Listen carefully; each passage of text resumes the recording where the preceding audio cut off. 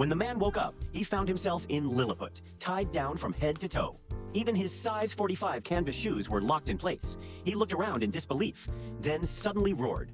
The shockwave shook the tiny wooden houses, some collapsing instantly. "This has to be a dream," he muttered, struggling to break free, but the ropes held firm. Just then, the general charged in on horseback, javelin in hand, aiming for Paul's feet. Soldiers threw hooks that latched onto his waistband and pulled hard. Losing balance, Paul crashed to the ground, and everything went black. When he woke again, he was being dragged toward the castle like livestock. Crowds gathered, pointing and shouting. Even the princess stood frozen in shock.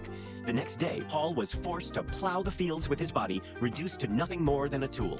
Then, everything changed. The castle was suddenly attacked. Flames spread, people screamed, and chaos took over.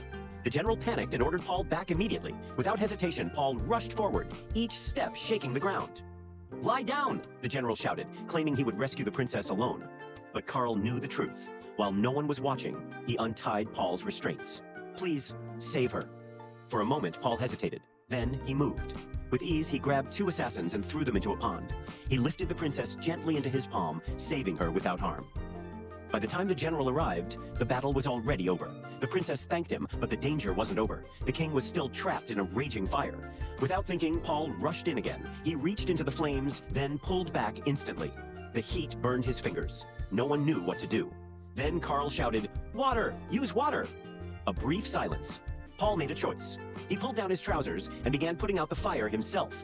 It was crude, but it worked. The flames died, and the king was saved.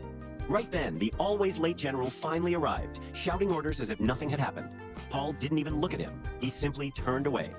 From that moment on, Paul was no longer a prisoner. He became a legend, a giant hero admired across all of Lilliput.